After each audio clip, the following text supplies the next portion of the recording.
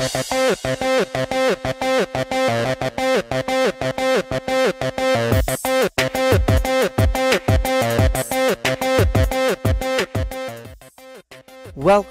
to Pinoy Scoop. For today's news, naalala ni Kris Aquino noong Miyerkules ang kanyang secret wedding kay James Yap noong July 10, 2005 na ginanap sa bahay ng kanyang kaibigang si Boy Abunda.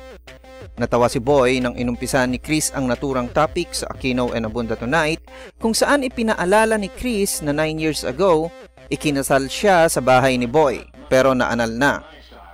Naanal ang kasal ni Kris at James noong Pebrero 2012 dahil sa akusasyong pangangaliwa ni James.